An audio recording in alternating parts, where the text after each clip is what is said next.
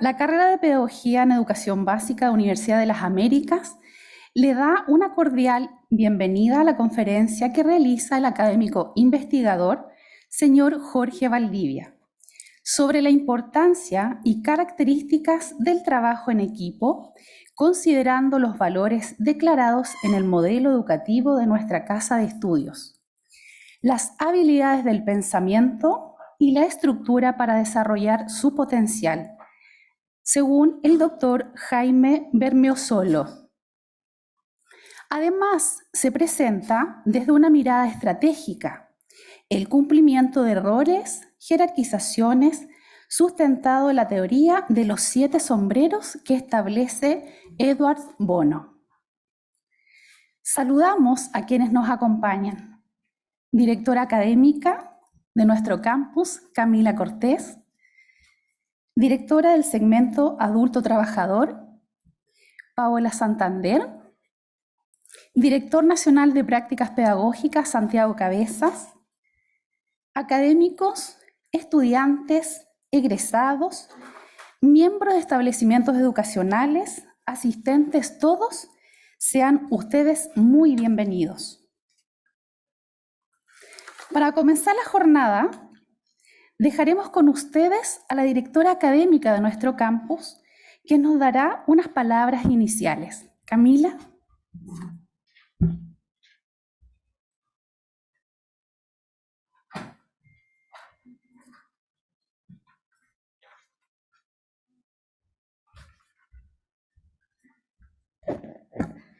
Muy buenas tardes, autoridades, académicos, queridos estudiantes.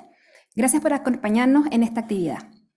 Para mí es un gran honor estar el día de hoy aquí en esta charla, que nos presentará desde una mirada estratégica la articulación del trabajo en equipo con los valores institucionales de UTLA. Este tema es de gran relevancia, entendiendo que el trabajo en equipo es la capacidad para trabajar de manera complementaria, es decir, de aunar esfuerzos y disponer de las competencias de cada cual en torno a un objetivo común, generando un todo que es mayor que la suma de sus partes. Esto, aplicado al mundo laboral, representa la capacidad humana de asumir responsabilidades al interior de un equipo de trabajo y en un nivel óptimo de desempeño, el desarrollo de las tareas necesarias para cumplir un objetivo. Complementariamente, el trabajo en equipo denota habilidades que van más allá de la sola necesidad de finalizar una tarea o una meta. El trabajo en equipo es comprender que todos tenemos un rol relevante dentro de una organización. Es percibir que el liderazgo es compartido y que el espíritu colaborativo nos llevará al éxito, al desarrollo de habilidades individuales y colectivas, las que nos ayudarán a florecer y entregar lo mejor de nosotros mismos, sintiendo que somos parte de la solución de un problema, de la toma de decisiones grupales y del bienestar común. Es así como el trabajo en equipo es una herramienta para toda la vida, y especialmente para futuros profesores y profesoras, porque no solo les permitirá desarrollar una docencia de calidad, sino que también les permitirá orientar su trabajo mediante el trabajo colaborativo interdisciplinario. Los invito hoy a reflexionar sobre estos y otros conceptos importantes que saldrán en esta conferencia, los que serán un tremendo aporte para su formación y enriquecerán, sin duda, su profesión docente, el ambiente organizacional en el que estén con sus pares, los estudiantes, apoderados y todos quienes rodean la comunidad educativa. Muchas gracias.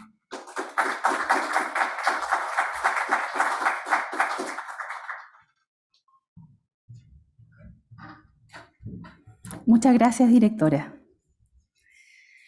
A continuación, daremos paso a la conferencia de esta tarde. Pueden dejar sus consultas. Bueno, la conferencia de hoy es presencial y es online, ¿ya?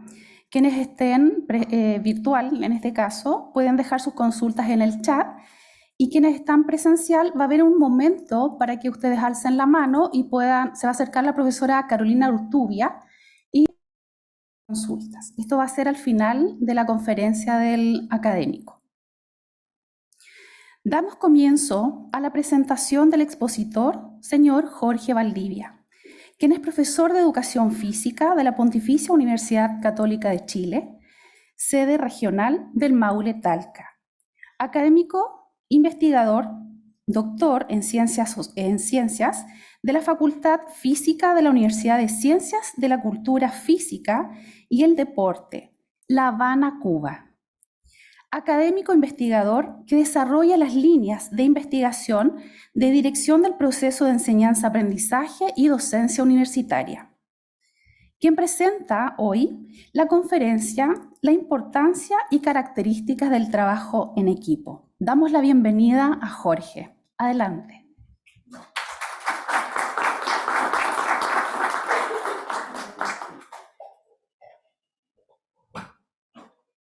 Gracias.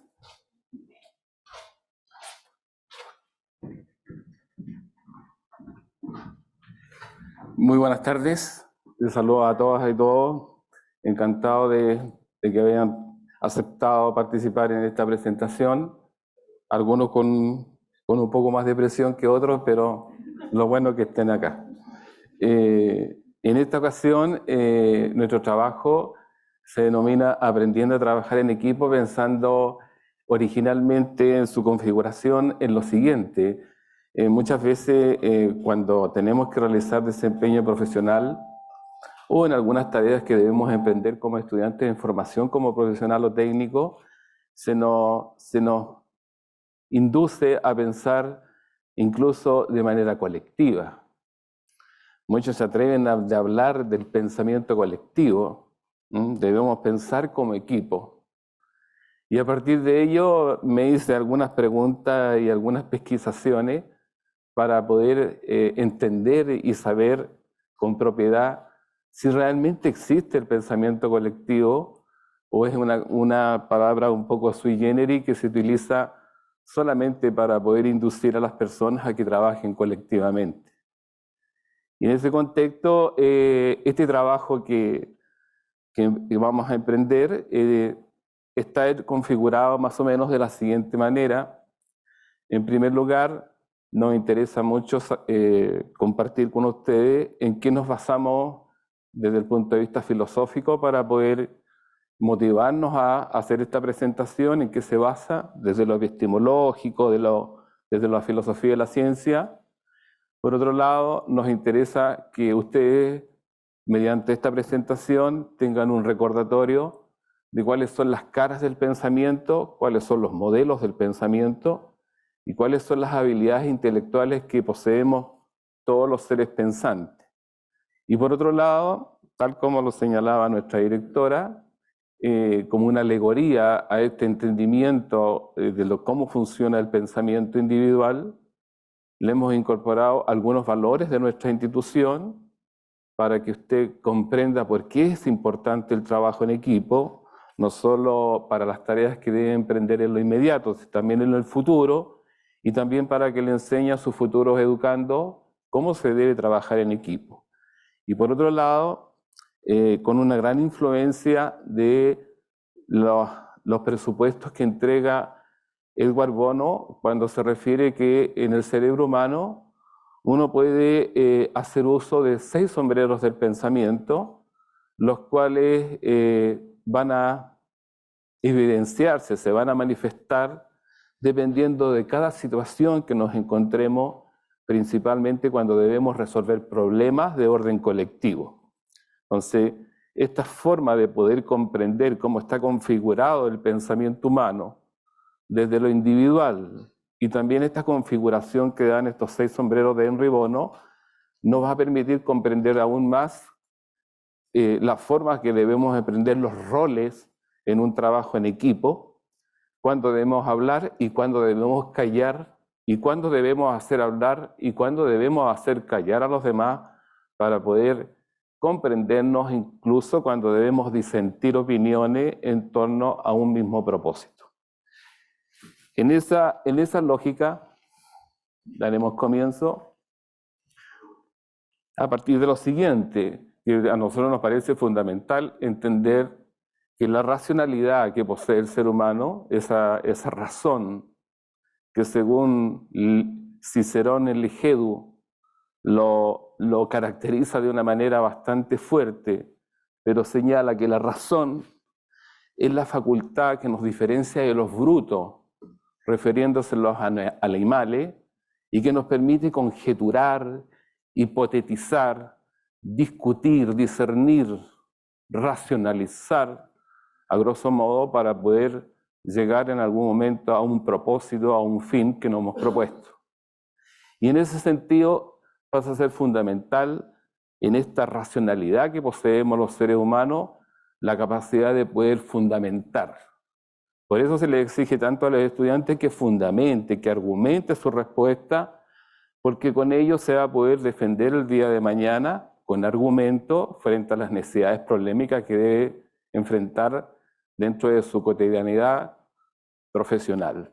Y en ese sentido ejemplifico estos señores que realmente son admirables, que han tenido tremendos logros en su vida sin tener algunos segmentos, algunas estructuras corporales que para otras personas que no saben hacer uso adecuado de su racionalidad, realmente se les cae el mundo.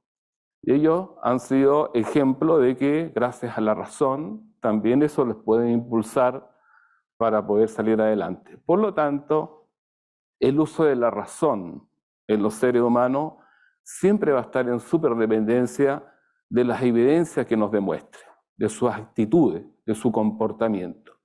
Por tanto, sostenemos que es mucho más válida las actitudes de las personas que las aptitudes. Muchos se quedan en ser aptos para, pero en su acción demuestran lo contrario, entonces no dan una respuesta consecuente de acuerdo a las demandas que se espera de él. La racionalidad en todos los seres humanos nos permite preguntarnos los por qué, las razones de los por qué. ¿Por qué aparece el sol? ¿Por qué se esconde el sol?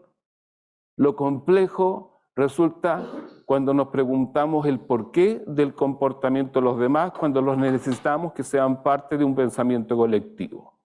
Y en el trabajo de equipo viene a ser un buen nexo para poder comprender los porqué del otro.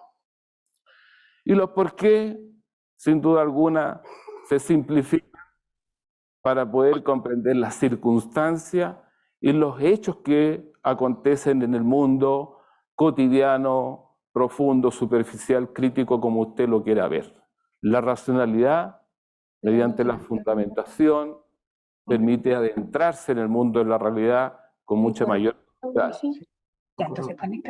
En tal sentido, para poder hablar de aprendiendo a trabajar en equipo, hemos tenido en consideración algunas fundamentaciones que a continuación se las presento y que nos permiten a partir de los por qué hacernos algunas preguntas en torno al trabajo en equipo. En primer lugar, desde el punto de vista objetivo, teórico o cognitivo, nos podemos preguntar por qué es necesario estar provista de competencias para el trabajo en equipo. En la actualidad, una de las competencias más valoradas en el mundo laboral, para que usted lo tenga siempre presente, es el trabajo en equipo. ¿Ya? Aquel que no tiene condiciones para trabajar en equipo o no sabe cumplir roles, delegaciones que le da las autoridades, es complejo que tenga éxito cuando tiene que ser parte de los propósitos que tiene un colectivo. Institucionalmente se necesita que todos sean parte del equipo. En una escuela, en un curso, en un grupo de trabajo, tiene que trabajarse en equipo para el logro mancomunado de el éxito compartido del trabajo. Desde el punto de vista objetivo práctico, ¿por qué debemos tener en cuenta las funciones, responsabilidades, deberes que deben cumplir los actores que participan en un trabajo en equipo? Porque no es un trabajo en grupo, no es lo que comúnmente se entiende de que frente a una delegación colectiva de una tarea se desglosa el trabajo en partes y usted cumple esta parte, usted cumple esta otra. El trabajo en equipo es una antítesis a ese trabajo en grupo. No es una delegación parcelada de roles. Se debe saber cuál es el rol que tiene el compañero o la compañera y se debe saber qué tarea debe emprender a propósito del trabajo en equipo. Por su parte, desde el punto de vista empírico, subjetivo y teórico, ¿por qué se espera que los futuros profesionales de la educación tengan cierto dominio para poder aprender a trabajar en equipo y para poder enseñar en equipo a sus alumnos? Tremendamente importante, no solo desde el punto de vista normativo que tienen las organizaciones laborales, sino que el hecho de trabajar en la diversidad, en la inclusión, en la igualdad que conlleva el trabajo en equipo, no solo usted se ve favorecido, también se ve favorecido el otro con esa diferencia de opinión, esa posibilidad de disentir, de conversar, de dialogar en torno a una misma cuestión. Y desde el punto de vista subjetivo, práctico e intencional, usted debe preguntarse por qué me implico, me comprometo o no me comprometo cuando debo emprender un trabajo en equipo. Todas estas cuestiones son importantes de preguntarse al momento de fundamentar por qué es importante el desarrollo del trabajo en equipo, entendiendo que existe un conocimiento que está al alcance de todos, pero como usted está en una condición académica, idealmente tiene que tener un conocimiento académico y lo más ligado al conocimiento puro, a la verdad absoluta, que es la que presenta la ciencia.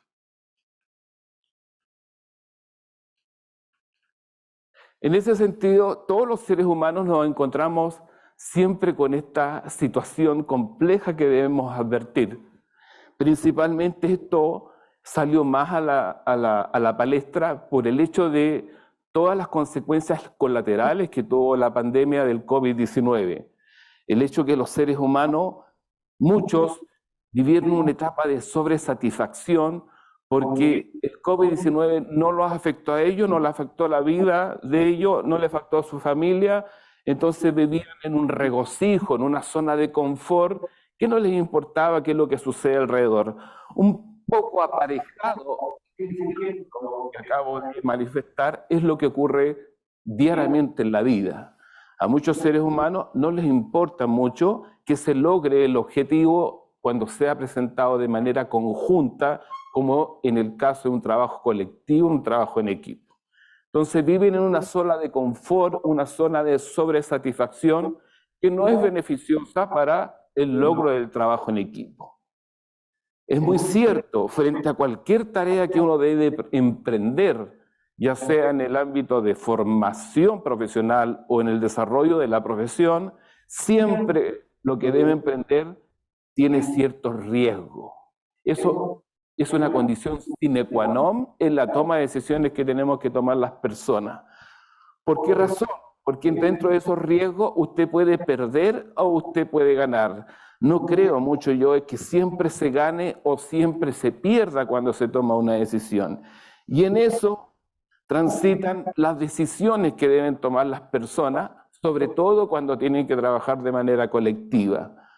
¿Qué es lo que dominamos? ¿Qué es lo que nos dominamos? ¿Cuál es el nivel de incerteza que nos está transversalizando nuestros pensamientos, que no nos permite aperturarnos hacia el otro o comprender mejor al otro? Son cuestiones que están asociadas a los riesgos, porque son cambios que deben provocarse al interior de las personas cuando se debe aprender a trabajar en equipo. Porque el trabajo en equipo implica comprender al otro, aceptar al otro con sus diferencias, y el otro me entienda y acepte mis diferencias en pro del beneficio común y del logro compartido de un objetivo.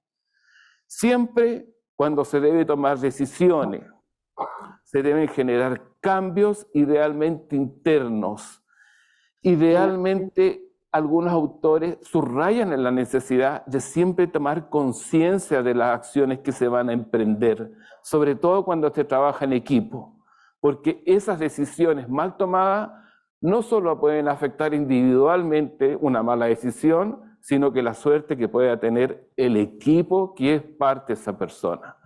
Por lo tanto, dentro de estos riesgos que debe acometer, se van a suscitar cambios. ¿Por qué razón? Porque es una zona desconocida cuando te entregan una nueva tarea, te entregan una nueva responsabilidad o te acometen una labor profesional o estudiantil que no estás acostumbrada. Entre ellas, lo que debes emprender en el último año con tu seminario de grado. Una cuestión tremendamente nueva para ustedes, pero que se requiere el pensamiento común, el trabajo en equipo, el trabajo mancomunado, para que tengas éxito en esas cerca de 16 semanas que debes emprender una investigación aplicada con estudio de caso. Cuestión que nos vas a hacer de baja complejidad. En esa lógica, cuando uno quiere desarrollar este trabajo en equipo, se debe entender algunos factores emocionales, desde mi punto de vista, que son tremendamente importantes. No pasa a ser lo mismo la aparición del feedback, de la retroalimentación, de la retroacción, de la sonrisa, del asentamiento, de la anuencia, de la aprobación, de la palabra afable, de la condescendencia frente al acto que genere el otro en pro del beneficio del colectivo, a ponerle la mano como un obstáculo, una reticencia o una desplicencia frente a la acción positiva que generó el sujeto en pro del beneficio del equipo. Por tanto, desde nuestro punto de vista, hay algunos obstáculos que impiden avanzar cuando se requiere aprender a trabajar en equipo. Entre esos obstáculos podemos nombrar la desplicencia de las personas, los prejuicios, las presunciones, la mentira, la desplicencia, los complejos, la apatía, la indolencia, son factores restrictivos al momento de aprender a trabajar en equipo. Lo contrario son aspectos facilitadores para aprender a trabajar en equipo. Porque, insisto, no solo comprende el cumplimiento de roles desagregado a un propósito común, como es el caso del trabajo en equipo. Y en esa lógica, lo que resulta natural para el cerebro humano resulta también complejo cuando tenemos que aplicarlo en una decisión colectiva.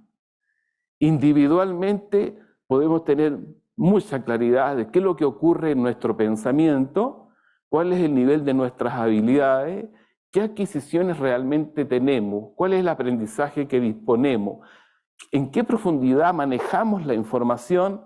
Sin duda, cuando debes emprenderlo individualmente, no resulta complejo.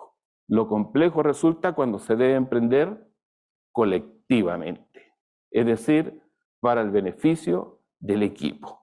Y en eso, ¿qué es lo que debemos tener siempre presente todos aquellos que trabajamos con el pensamiento de las personas? No solo en el sentido del desarrollo del pensamiento de nuestros estudiantes, sino que en el desarrollo del pensamiento propio. El pensamiento, cabe decirlo, descansa en una estructura llamada cerebro. Ahí descansa nuestro pensamiento. ¿Cuántos años gastó el hombre preocupado de buscar físicamente dónde se encuentra alojado el pensamiento? Se encuentra alojado en el cerebro. ¿Y de qué es responsable este pensamiento? Especialmente de comprender los asuntos abstractos, inanimados, complejos, que están a la luz externa de nuestras posibilidades visuales. El pensamiento nos permite conjeturar, definir, buscar significados, significaciones en todos los asuntos que rodean la realidad. El pensamiento, gracias a su condición intuitiva o discursiva, permite formular juicio, darse cuenta, como me di cuenta recién que me podía caer, la comprensión, la solución de problemas, son asuntos que son propios del pensamiento humano. Otro tipo de ser vivo no tiene esa condición tal como la tiene el ser humano gracias a su pensamiento. El darse cuenta, los insights, para poder comprender y tomar un rumbo diferente muchas veces en la toma de decisiones más acertadas de acuerdo a la necesidad que tiene que emprender. Este pensamiento, lo decíamos al comienzo, tiene algunas caras. En este pensamiento se desarrollan algunas operaciones y al mismo tiempo hay algunos métodos intelectuales que poseemos absolutamente todos los seres humanos, todos los seres que pensamos, algunos con un mayor desarrollo y otros con un menor desarrollo, pero es una condición de todos los seres humanos. Y en eso las caras del pensamiento pueden ser productivas o reproductivas, entendiendo que lo productivo es generar un nuevo conocimiento. Lo reproductivo se asocia dentro de las caras del pensamiento como una replicación, una repetición de algo que está aprendiendo a producto de la vista, a producto de la repetición. Que lo que también hace estas caras del pensamiento puede ser dirigido, asociativo. El asociativo tiene relación cuando somos capaces de poder unir diferentes elementos para poder comprender la génesis de un todo, la definición de algo, de lo que es, a diferencia de otro asunto comparativamente que se pueda poner a disposición de la discusión. Por otro lado, las caras del pensamiento pueden ser creativo o reactivo. Idealmente las habilidades de pensamiento superior, el inferir, el analizar, están asociadas no a lo reactivo, a lo creativo, porque depende de una complejidad mucho mayor el desarrollo de las habilidades de orden superior. El pensamiento puede ser divergente o convergente, puede unir o separar elementos que están desfragmentados o desde el mismo todo, separarlo y comprenderlo en las partes, tal como ocurre en esta diferencia que existe en esta cara divergente o convergente del pensamiento. Puede ser lateral o vertical en el sentido de cómo uno puede ver las situaciones que le rodean para poder emprender las respuestas más idóneas, las respuestas que sean en consecuencia de las problemáticas que se presenten. La cara del pensamiento también puede ser emocional o racional. Ustedes se dan cuenta que hay seres humanos que son mucho más emocionales para poder responder frente a algunos problemas y algunos no tengas tanto problema, veámoslo de esta manera, tienen una visión mucho más racional. Te das cuenta que el pensamiento actúa como una dicotomía que te dice, puedes tomar este rumbo como también puedes tomar esto otro. Eso solo depende de ti mismo, porque esto se entrena, se trabaja interiormente en pro del beneficio del propio pensamiento, de generar ideas positivas y de desarrollar un buen trabajo de manera colectiva. El pensamiento puede ser intuitivo, gracias a esta razón que tengo, me voy a desviar por acá porque hay un perro allá que generalmente me ladra y algún día me va a morder. Ese es un conocimiento intuitivo, pero es analítico al momento que yo tome la decisión, por ejemplo, de irme por un lado porque me resulta más corto, me resulta más fácil de poder llegar. En términos de las operaciones que tiene este pensamiento, el mismo pensamiento que está configurado debajo del cerebro, da la posibilidad de contrastar, de ver diferencias, similitudes entre las cosas, resumir, llegar a síntesis, con pocas palabras decir muchas cosas, condición que es compleja de poder abordar, sobre todo los informes académicos, y le piden a usted 150 palabras, 350 palabras, 500 palabras. No es un asunto muy simple de poder aprender, pero es una de las operaciones del pensamiento, el observar que se debe entender más allá que un mirar, es una mirada penetrante, acuciosa, sistemática, que estudia, que analiza el comportamiento o los fenómenos de la realidad con un sentido ya prospectivo, pedagógico, didáctico. Eso es observar, no es mirar ligeramente las cosas. Clasificar, el ordenar, el sistematizar, el organizar la información, cuestión relevante también para propósito de informes académicos y seminarios de grado. Interpretar, lo decíamos al comienzo, la necesidad que tenemos de fundamentar nuestras ideas. Lo primero que tenemos que hacer es conocer y comprender, y de ahí subyace naturalmente el hecho de interpretar las características de los fenómenos de la realidad. Formular hipótesis, debemos entender que las hipótesis son las relaciones entre causa y efecto. ¿Qué cosa puede provocar un efecto determinado en una circunstancia determinada? Ese hecho de formular hipótesis ya tienen una connotación superior para el desarrollo del pensamiento.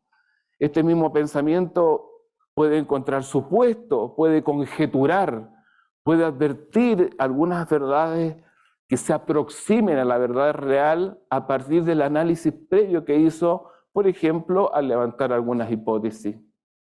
Y lo más complejo desde mi punto de vista, y no solo para el pensamiento, sino que todo lo que debe emprender el ser humano, es la toma de decisiones. La toma de decisiones correctas o incorrectas son tremendamente decidoras, valga la redundancia, en el éxito o en el fracaso de muchas cuestiones que deben emprender en la vida académica y personal todos los seres humanos. Algunos métodos intelectuales que disponemos todos los seres humanos, absolutamente todos, la capacidad de análisis, es decir, el poder desfragmentar los todos en parte y a partir de ello explicar las partes que comprenden a un todo, eso es analizar. La posibilidad de sintetizar, la decíamos recién, resumir, decir con pocas palabras toda una información que está comprometida en un informe, en un artículo académico, científico, en un reporte, etc. La definición, la capacidad que tenemos los seres humanos de poder advertir conceptualmente qué es una cosa a diferencia de otras. Y algunos autores le agregan, para poder aprender a definir, el saber caracterizar ese asunto que se requiere definir. Entonces la definición tiene que ser capaz de dos cosas, de representar el qué es y representar su caracterización. Y ahí podríamos decir que estás en condiciones de saber definir. Por otro lado está la división, la partición, la desfragmentación, la organización en partes que puede tener un todo, la clasificación que tiene que ver con el ordenamiento, la determinación con la toma de decisiones, la abstracción es entender los objetos inanimados, saber conceptualizarlos, buscar su significado, sus significaciones y ubicarlas en un contexto práctico que sean utilizadas operativamente de manera ideal. La demostración, la capacidad de replicar algo de manera correcta, la inducción, la manera de acercarse a la realidad, ya sea al igual que la deducción, con algunas pequeñas advertencias, algunas palabras claves a través de la deducción, o cuando el profesor es capaz a través de la inducción de darle a conocer todo reproductivamente lo que debe replicar el estudiante en un momento dado.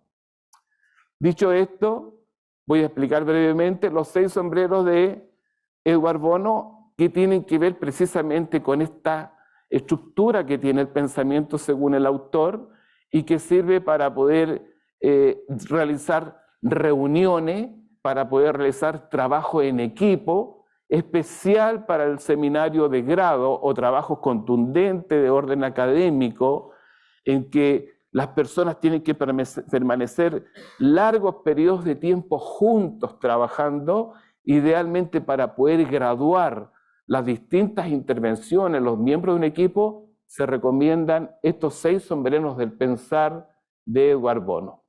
El primero es un sombrero blanco, que es el que salió a la luz en primer lugar, este blanco, y él nos pregunta, por el color es bastante neutro según Edward Bono, lo que pasa en el pensamiento, ¿qué tenemos?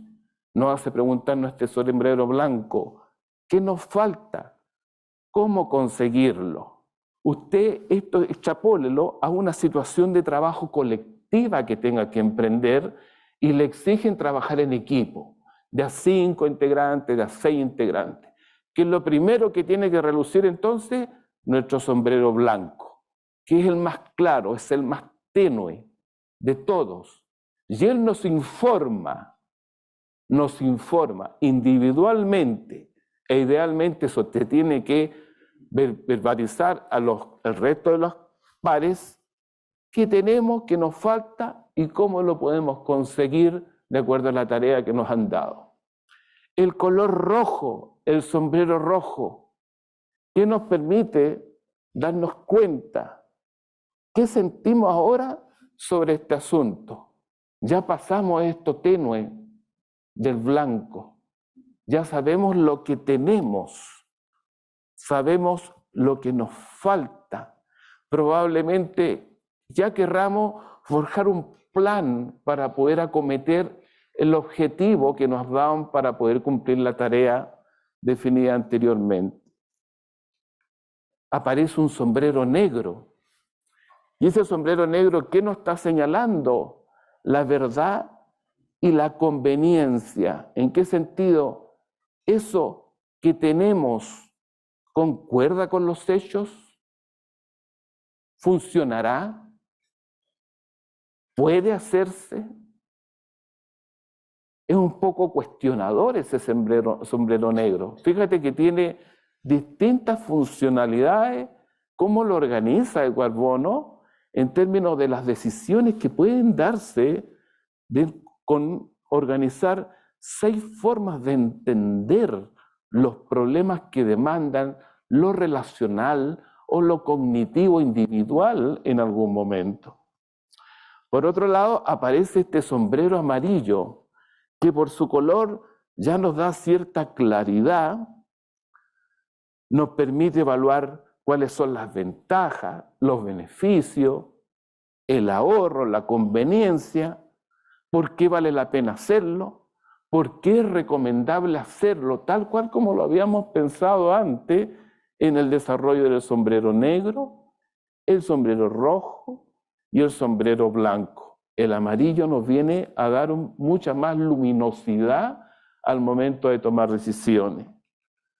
Luego aparece el sombrero verde, que nos da a conocer que hay un pensamiento libre y lleno de energía.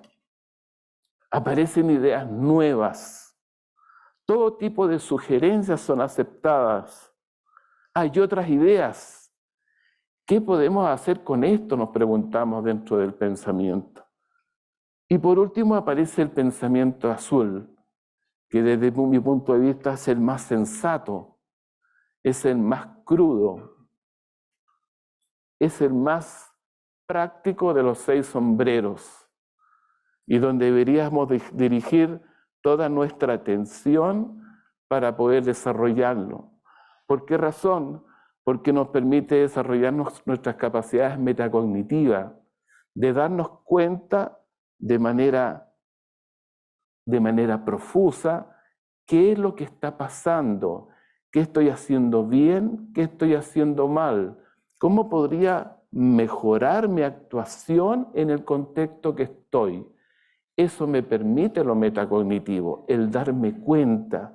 Por algo la reforma curricular de nuestro país orienta tanto a los profesores para que emprendan tareas que vayan en desarrollo de ese potencial metacognitivo, para que ellos se den cuenta, tomen conciencia permanente de sus acciones y de sus actos, que es lo que le permite al sombrero azul examinarse, regularse, evaluarse, generar una suerte de introspección profunda en sí mismo, de tal manera de comprobar si cumplí o no cumplí con las expectativas que me demandaron en algún momento.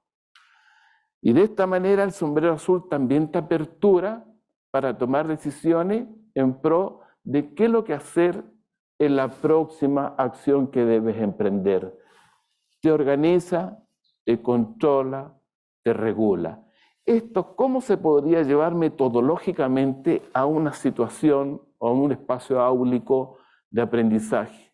Podrían ser sobrecitos de cumpliendo con los colores, o podrían, sobre todo las damas que son tan prácticas, podrían pintar sombrero y aprender a trabajar sus reuniones, sus discusiones, utilizando los 6 sombreros de Edward Bono.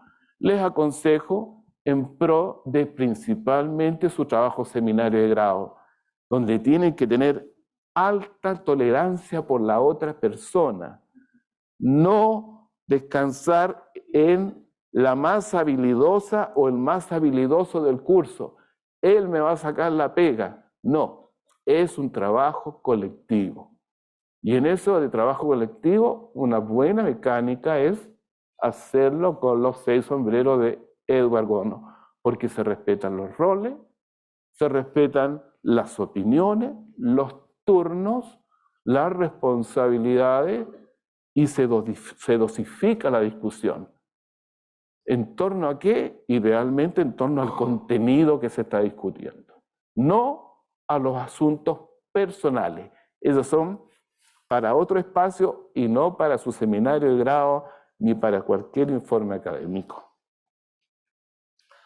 A partir de ello, lo engarzamos con lo que plantea los propósitos misionales de nuestra institución de la siguiente manera. Todo lo que está con círculo anteriormente, todos los que están con círculo representan a cada uno de nosotros. ¿Ya? Hay una letra que está dentro del círculo y puede significar Jorge, Francisco, Fernanda, Karen, Luis, Carlos, Nancy, quien sea, pero que es parte de un equipo. Y en esa lógica, la distribución que tiene este equipo, se puede dar cuenta usted que incluso algunos se replican con otro tipo de nomenclatura, porque así deben actuar los equipos, protegiéndose y no importando tanto quién va primero, quién va después, quién tiene más y quién tiene menos protagonismo, porque lo que importa es el logro del equipo. Y en ese sentido, nuestra institución entrega algunos valores que nos hacen merecer aprender a trabajar en equipo, que para nosotros resulte importante el trabajo en equipo en pro de dar cumplimiento con los propósitos misionales y también en dar respuesta consecuente a las demandas que espera la sociedad de los futuros profesionales. Y en ese sentido, la ética profesional de nuestra institución nos induce a que todo trabajo que debemos emprender se desarrolla en un espacio social con la presencia de otras personas. Nunca vamos a emprender un trabajo solos. Siempre va a estar la presencia del otro o de la otra, que tiene plena legitimidad y que tiene el derecho de ser valorado, aceptado y, lo que replico constantemente, sin discriminación arbitraria. Esa es una condición sine qua non para poder hablar de ética profesional en un trabajo en equipo. Por otra parte, lo que corresponde a la responsabilidad ciudadana que tienen todos los responsables de la formación y los futuros profesionales que egresen de esta entidad formadora, que es generar aportes que sean significativos a la sociedad, a los entornos, a los territorios en que se debe desenvolver. Desde lo micro, desde lo inmediato, que es su grupo curso, su grupo de pares, transversalizando esa forma de entender la realidad en su contexto laboral, familiar, social, donde se tenga que desarrollar. Eso implica tener compenetrada la formación ciudadana. Por otro lado, es importante el compromiso comunitario, entender que las problemáticas, las demandas, las necesidades que tiene el entorno social son volubles, son cambiantes y que debemos estar al alero a esas necesidades para poder atender contextualizadamente. Por otro lado está el compromiso social, en el sentido de entender al otro desde su dimensión personal, es decir, idealmente que nuestras intervenciones sean contextualizadas a ese tipo de realidad, a su entorno social en particular, y no a otro. Y por otro lado, de nuestro punto de vista, para que realmente exista trabajo en equipo, se debe cumplir con 3 grandes criterios. El primero es la igualdad, es decir, que se debe asumir como integrante de un equipo que se debe respetar la inclusión, la equidad, la aceptación de la diversidad dentro de ese equipo para el logro, el éxito, el progreso y el desarrollo personal y colectivo de los miembros del equipo. Primer criterio fundamental, entonces, para cualquier trabajo en equipo, la igualdad. El segundo es la cooperación, que es una participación democrática y equitativa de todos los integrantes del colectivo. Es decir, no abusar en 1 o 2 personas para el trabajo que se debe desarrollar por 5 o por 6 personas. Y eso no solamente me lo ha contado, sino que lo he tenido la oportunidad de observar. El respeto fundamental para poder comprender al otro y aceptar todos los compromisos delegados en las tareas que fueron presupuestadas al comienzo de la conformación del equipo. Criterios que son fundamentales para el trabajo en equipo, los principios, valores, propósitos misionales que subyacen a esta condición de por qué es importante trabajar en equipo. En ese sentido, reforzamos la condición que tienen estos criterios. Incitamos a nuestros estudiantes a tener cada vez una mayor actitud académica para poder emprender este tipo de tareas. Tenemos todos los integrantes de manera disgregada, vamos a conformar un equipo, y mira lo que aparecen los 6 sombreros de Edward Bono, porque todos están provistos de los 6 sombreros, no hay ninguno que no los tenga. Hay que descubrirlo bien y hay que saber hacer uso adecuado cuando corresponde, de tal manera de llevarse bien con el otro, sobre todo cuando tiene que disentir, discutir y llegar a buen término una discusión. Desde nuestro punto de vista, el equipo, para hablar de equipo, se puede formar de cualquier manera. Lo importante es considerarlo como un equipo. En algún momento, como lo dije al comienzo, va a aparecer usted en los primeros lugares, pero puede también en otro momento del desarrollo del trabajo en equipo, pasa a ser ya de los últimos porque solamente está acompañando, porque los otros integrantes del equipo son los que mostraron mejores habilidades, hacen mejor uso de las caras del pensamiento, tienen un modelo del pensamiento más desarrollado para cumplir con esa etapa de la tarea. Por eso ocupan un lugar privilegiado en un momento y en otros no. Si se comprende así el trabajo en equipo, podríamos decir que todos los integrantes son importantes y que al sumar esfuerzos se puede concretar el propósito que busca el equipo. ¿Cuál prefieres tú y por qué? Es decisión que debes pensar hoy día, conversar con la almohada, no sé con qué, pero ¿cuál te podrías tú pensar que podría ser el ideal para poder emprender un trabajo en equipo? Lo importante en un trabajo en equipo es empujar hacia adelante, tanto para la tarea, para lograr la tarea, como también empujar al compañero cuando es más indeleble, o es un poquito más lento, más lenta, o no ha cumplido con el cometido que debe cumplir en el momento que se requiere. Por tanto, lo ideal en un trabajo en equipo es empujar. No empujar hacia atrás, empujar hacia adelante, hacia el logro de la tarea, ¿ya? Entonces, hay dos cosas que son completamente diferentes. El equipo de trabajo se tiene que transformar en trabajo de equipo, que es completamente distinto. No es lo mismo, ¿ya?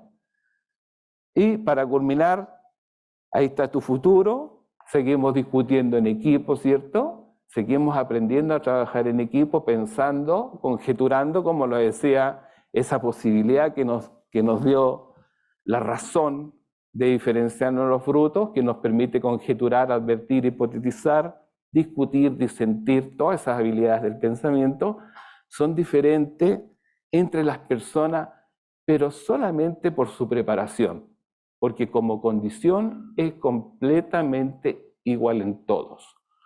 Todo está basado en el trabajo y en el esfuerzo. Por vuestra atención, muchas gracias.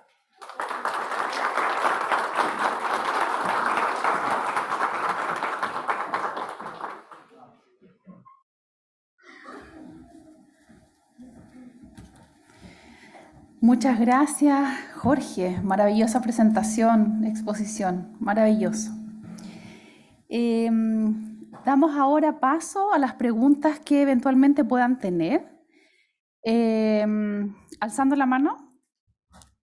¿Preguntas? Allá, muy bien.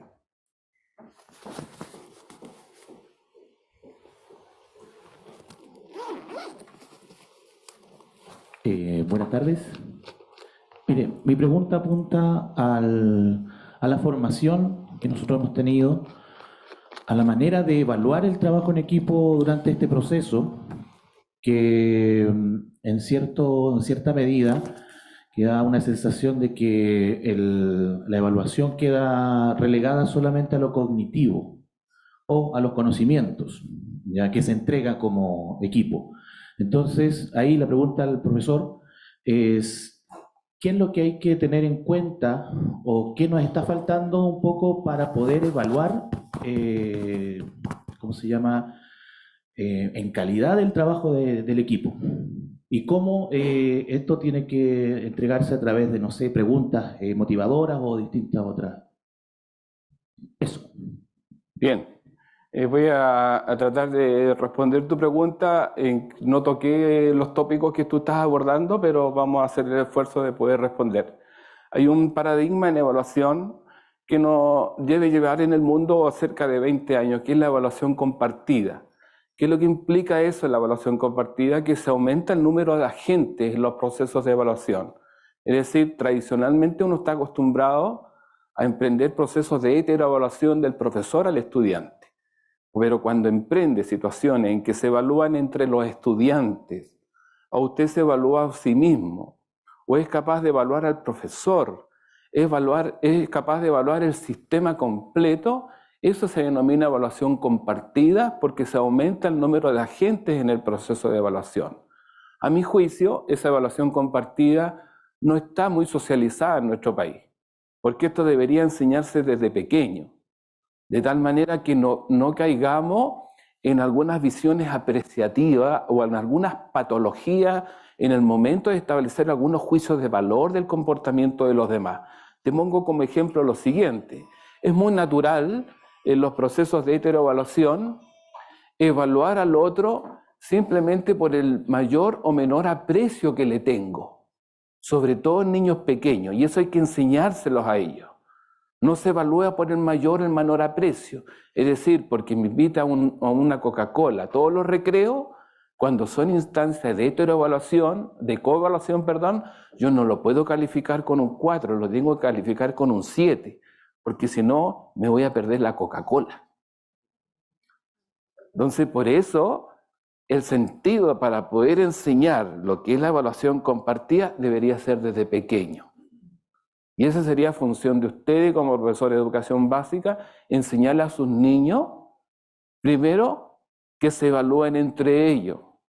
Pasa a ser, en términos de complejidad, más o menos es el orden. La coevaluación entre pares, la propia evaluación, la evaluación del sistema y la evaluación del profesor. No mande evaluar al tiro al profesor, porque lo pueden hacer un poquito daño al profesor y eso no corresponde.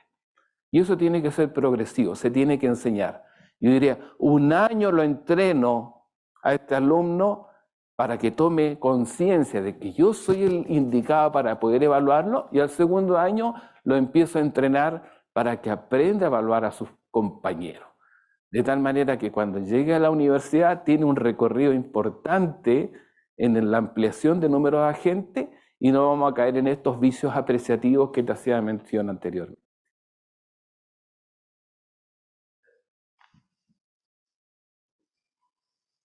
Siguiente pregunta.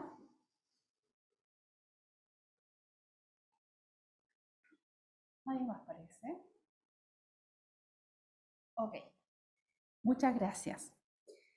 Bueno, damos por finalizada esta conferencia y esperamos que haya sido una instancia de enriquecimiento para ustedes, para cada uno. Agradecemos a muchos porque nos acompañaron hoy en día y esperamos que llegue bien a sus casas quienes se tengan que ir, y si no, vayan a la sala de clase, ¿ya? Espero que vayan a la sala de clases, eso es. Buenas noches y que estén muy bien. Gracias.